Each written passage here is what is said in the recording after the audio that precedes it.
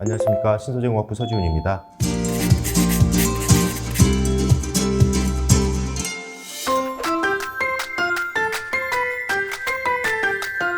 기존에 설명드린 자유라디칼 중합의 한계점을 극복하기 위해서 개발된 리빙 라디칼 중합의 대표적인 예인 애톰 트랜스포 라디칼 폴리머라이제이션, 즉 ATRP 메커니즘에 대해서 이해해보는 문제가 되겠습니다.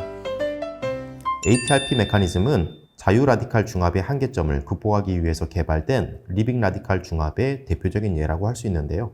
이 ATRP법을 이용해서 고분자를 중합하기 위해서는 4가지 종류의 스타팅 머터리얼이 필요하게 됩니다. 첫 번째는 알킬 헬라이드, 즉 알킬 헬라이드라는 것은 알킬 사슬의 말단 부분에 브롬이라든지 클로라이드와 같은 이 할로겐 애톰들이 붙어 있는 구조를 우리는 알킬 헬라이드라고 얘기를 하고요. 이런 알킬 헬라이드 구조를 가지고 있는 분자들이 ATRP의 대표적인 게시제라고 얘기를 할 수가 있습니다. 두 번째로 필요한 것은 당연히 비닐계의 모노모겠죠. 우리가 합성하고자 하는 고분자에 어떤 구조의 고분자를 합성하고 싶냐에 따라서 다양한 종류의 비닐 모노머를 우리가 선택을 할 수가 있습니다. 세 번째로 필요한 물질은 트랜지션 메탈 카탈리스트, 즉 전이금속 촉매라고 얘기를 할 수가 있고요. ATRP에서 가장 많이 사용되는 전이금속 촉매는 우리가 카파 브로마이드 혹은 카파 클로라이드가 있겠습니다. 그리고 네 번째는 이런 전이금속 촉매를 용매 리액션 믹스처 안에 잘 호모지니어스하게 분산시키고 반응의 전체적인 속도를 조절할 수 있는 유기 리간드가 있겠습니다. 그래서 우리가 ATRP를 통해서 고분자를 중합하기 위해서는 우리가 원하는 모노머뿐만 아니라 이 나머지 세 종류의 물질이 필요하게 되고요. 이 물질을 이용해서 우리는 고분자를 분자량이 정밀하게 제어된 형태로 중합을 할 수가 있습니다. 그런 중합법을 우리는 ATRP법이라고 얘기를 하고요. 앞서 말씀드린 바와 같이 전이금속 촉매의 경우에는 금속 촉매이기 때문에 우리가 고분자를 중합할 때 사용하는 일반적인 유기용매에 녹지 않는 형태로 존재를 하게 됩니다. 그래서 카파 브로마이드와 같은 전이금속 촉매를 일반적인 유기용매에 우리가 혼합을 하게 될 경우에 전이금속 촉매는 이와 같이 유기용매에 전혀 녹지 않는 형태로 존재를 하게 됩니다. 이렇게 녹지 않는 형태로 존재를 하게 될 경우 모노모와 적절한 인터랙션을 할 수가 없기 때문에 고분자를 중합시킬 수가 없게 됩니다. 이러한 이유 때문에 우리는 유기물을 이용해서 이 전이금속 촉매를 솔루블한 형태로 바꿔줘야 되고요. 이러한 대표적인 물질이 오른쪽에 보이는 바와 같이 나이트로젠을 기반으로 한 유기물질, 즉 라이간드 구조가 되겠습니다. 이 라이간드 구조는 나이트로젠에는 비공유 전자쌍들이 존재를 하기 때문에 전이금속, 즉 카파와 같은 전이금속과 베이결합을 형성을 할 수가 있습니다. 따라서 이런 전이금속 촉매를 나이트로젠 계열의 라이간드와 혼합을 하게 될 경우 이 라이간드 분자들은 카파 쪽으로 이동하게 돼서 이 전이금속 촉매를 감싸게 됩니다.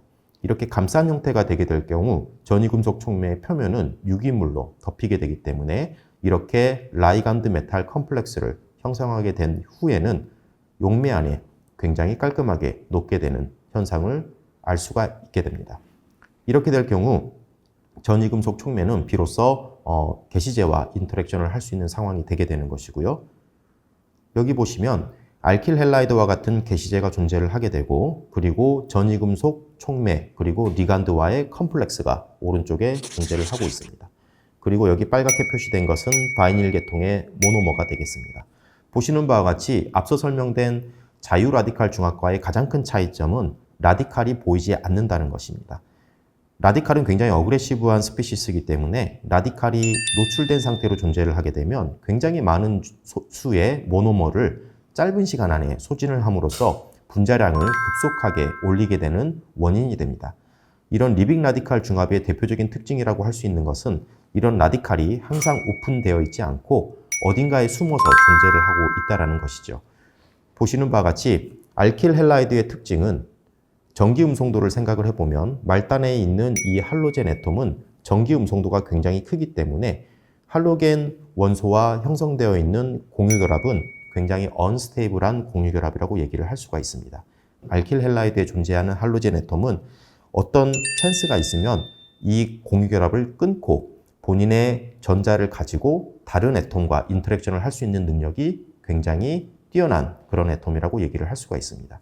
전이금속 카탈리스트와 알킬 헬라이드 게시제 그리고 비닐 모노머가 공존하게 된 상황이 된다면 이 리간드 메탈 컴플렉스가 알킬 헬라이드 쪽으로 가깝게 접근을 하게 될 경우 이 카파, 즉 전이금속은 산화수를 1에서 2로 자유롭게 바꿀 수가 있기 때문에 이 브롬과의 알킬 헬라이드의 브롬과 전자를 공유를 함으로써 산화수를 1에서 2로 올리게 됩니다. 이 과정에서 알킬 헬라이드 측에 있는 카본이 라디칼을 순간적으로 노출을 하게 되고 이 순간적으로 노출된 상황에서만 모노머가 라디칼 쪽으로 가서 소진이 되게 되고 라디칼을 끄트머리로 밀어내게 됩니다. 이렇게 밀어내게 된 라디칼은 다시 원래의 할로젠 애톰과 인터랙션을 통해서 공유결합을 회복을 하게 되고요. 이 트랜지션 메탈 카탈리스트는 그 자리에서 이탈을 하게 됩니다. 이 과정을 통해 굉장히 짧은 시간 동안만 라디칼이 오픈이 되기 때문에 모노머가 소진되는 속도가 굉장히 슬로우 다운, 즉 늦춰지게 되고요. 고분자의 성장 속도가 굉장히 잘 제어가 되게 되는 원리가 되겠습니다. 이런 과정을 통해 고분자를 합성을 하게 될 경우에 우리가 원하는 중합 시간을 컨트롤을 하게 되면 원하는 분자량만큼을 합성할 수 있게 되는 굉장히 중요한 메커니즘이 되겠고요.